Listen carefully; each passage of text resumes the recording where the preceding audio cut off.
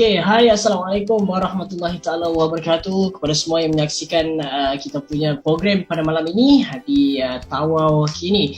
Dan insyaAllah program hari kali ini dibawakan khas oleh Chromium Digital, di mana hari ini kita akan membincangkan satu topik bersama dengan panel jemputan kita. Okey, akan saya perkenalkan sebentar sahaja lagi.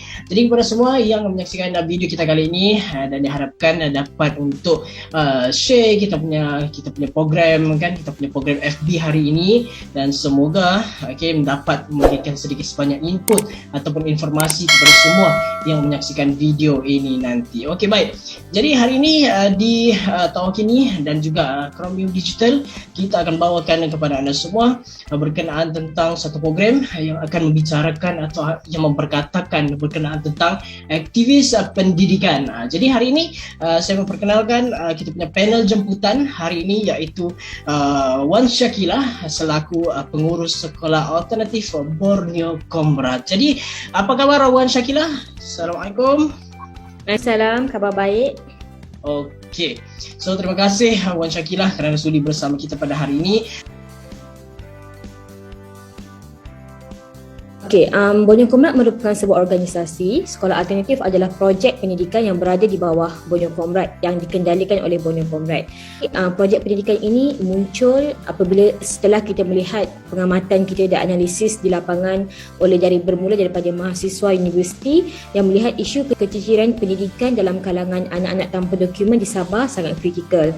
Jadi ini adalah titik mula untuk kita memberi pendidikan kepada anak-anak yang tercicir ini untuk mencapai matlamat literasi dan numerasi, pada masa yang sama untuk memberikan ruang yang selamat untuk mereka dan juga untuk membina potensi, mengembangkan potensi dalam diri mereka. Jadi sekolah alternatif mempunyai 3 lokasi di Sabah, di negeri Sabah, iaitu di Semporna, Tawau dan Kota Kinabalu. Kita bermula sejak tahun 2018 dan sehingga kini ada mempunyai lebih kurang 150 orang pelajar dan 7 orang tenaga ataupun aktivis sepenuh masa. Dalam Borneo Comrade, kami punya gerak kerja terbagi kepada 2. Satu adalah di bahagian pengurusan, satu adalah di bahagian lapangan. Pengurusan adalah saya, pengurus dan juga koordinator, dan juga seorang lagi pengurus Syarikat Idea, yang mana kami merupakan 3 tunggakan untuk menguruskan sekolah alternatif secara keseluruhan dan secara pentadbirannya. Manakala di lapangan adalah guru-guru yang bekerja dekat lapangan, dekat sekolah maksudnya, sebab sekolah kita dekat dalam komuniti dan guru-guru ini pun tinggal dekat dalam komuniti. Tapi saya akan sering turun ke Sabah dalam lebih kurang 3 bulan sekali untuk melihat progres projek pendidikan sekolah alternatif, pada masa yang sama membuat laporan, mengemaskini ataupun update kepada pendana dan juga melihat apakah potensi yang boleh lagi dilakukan pada masa hadapan. Apabila saya turun ke Sabah, cabarannya lebih lain lah, sebab kita lebih banyak hands on dan lebih melihat kepada realiti. Selain daripada membuat hal-hal teknikal, kerja-kerja teknikal dan pentadbiran macam laporan, update ke pendana macam saya cakap tadi, dia lebih banyak kepada turun ke kampung, turun melihat realiti macam mana lokaliti setempat dan bagaimana boleh mengaitkan ia dengan pendidikan. Jadi ini juga yang dilakukan oleh aktivis-aktivis guru Borneo Comrade. Apatah lagi mereka yang memang tinggal di situ.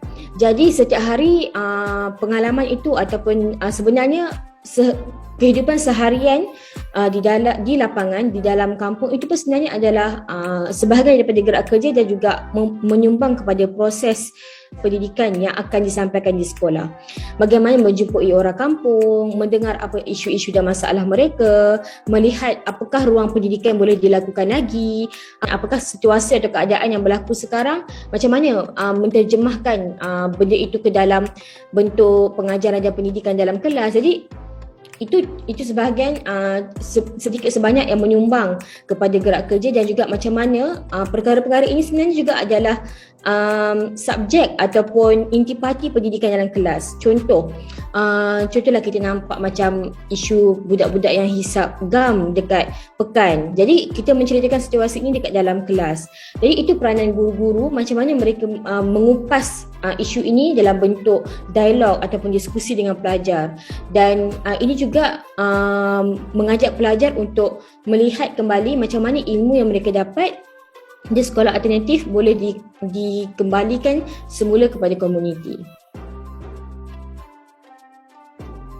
Waktu saya universiti dulu, saya belajar di Universiti Kebangsaan Malaysia, saya cuma terlibat secara sikit-sikit saja. Ketika itu pendedahan kurang. Sama ada diri saya sendiri yang kurang mencari ataupun saya tidak berada di dalam circle itu. Tetapi saya pernah terlibat beberapa dalam program macam membantu anak miskin bandar, tuition malam begitu. Tetapi saya dapat insight sikit-sikit. Maksudnya ketika itu, maksudnya ada orang yang memerlukan tuition secara percuma. Apabila kita melihat balik masalah, kerana ibu bapa yang tidak mempunyai masa bersama anak, kerana mereka perlu bekerja sehingga ke malam. Kedua, kerana terlalu sukarnya kurikulum itu sehingga perlukan bantuan tuition. Ketiganya mungkin faktor ekonomi dan sebagainya. Apabila saya graduasi, saya tamat belajar tahun 2016, saya terus itu adalah titik tolak lah apabila saya mula mengajar pelarian Rohingya di sebuah sekolah komuniti Rohingya di Serdang. Jadi ketika itu baru saya memang terekspos, kerana terdedah dengan secara besarnya bahawa ada pendidikan untuk golongan terpinggir, iaitu golongan pelarian.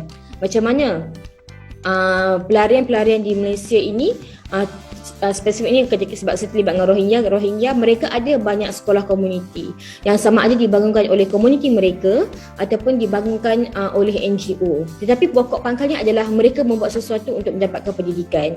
Jadi saya menjadi guru, saya mengajar mereka dan lebih kurang 2016, 17, 18, 3 tahun. Dan ketika saya seiring dengan masa, saya tidak hanya mengajar, saya juga terlibat ambil tahu dengan NGO-NGO lain.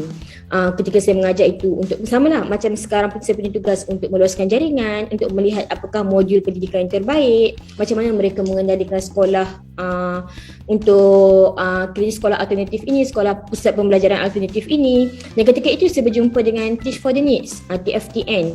Jadi ketika itu TFTN berkolaborasi dengan Borneo Comrade membangunkan sekolah di Semporna. Jadi saya sukarelawan dengan TFTN dan saya turun ke Semporna melihat keadaan, dan itu juga itu merupakan titik tolak saya tahu apakah isu stateless ataupun undocumented di Sabah dengan lebih secara mendalam.